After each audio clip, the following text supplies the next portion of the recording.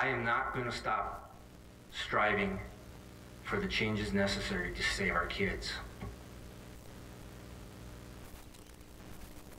I'm just not. So you can shove your offer.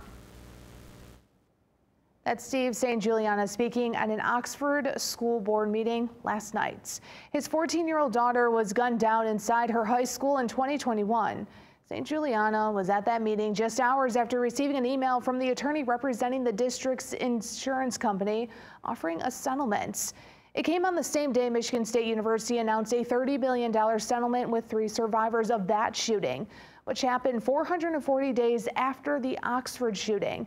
St. Juliana tells me it's difficult to read those headlines given everything they've been through, and for the district to offer him $500,000 only makes things worse. I was irate, to be honest, just so angry at the manner in which it was once again delivered. Delivered through email, Steve St. Juliana says he received a letter from Tim Mullins, who is the attorney on behalf of the district's insurance company, SETSEG. They were offering $500,000 as a final offer, take it or leave it, and let them know by 8 a.m.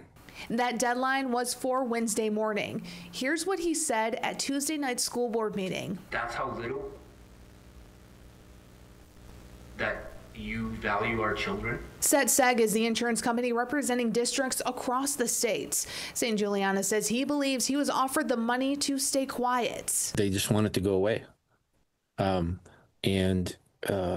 I mentioned last night, we're not going anywhere. It's not just the school district, it's the state. He says what happened in Oxford can happen at other schools. It's the protection from these districts that they have from governmental immunity, meaning they typically aren't liable for their actions or inactions. They all have immunity. There's only insurance of $5 million per shooting available for potential settlements, and they don't make any other changes. They don't acknowledge they did anything wrong. They don't fire anybody. They promote people instead.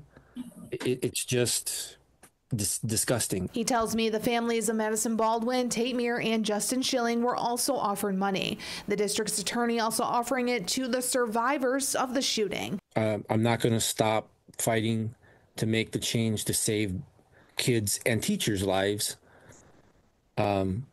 for an insignificant amount of money that they want me to just shut up and go away. He believes accountability needs to happen. This cannot continue to go on. School board members didn't respond after Steve St. Juliana addressed them last night. I reached out to the board president and she tells me this, quote, "We understand that the letter from legal counsel caused additional pain. We are deeply sorry for the impact it had, especially on those already carrying profound grief. The board was unaware of this specific correspondence. It does not reflect the depth of our compassion or the level of support these families deserve. We recognize that the approach felt impersonal and insufficient, and for that we are deeply apologetic." I've also asked the insurance company's attorney, Tim Mullins, why this settlement was offered on the same day as the MSU settlement and why there was such a short deadline to respond. I've not heard back from him.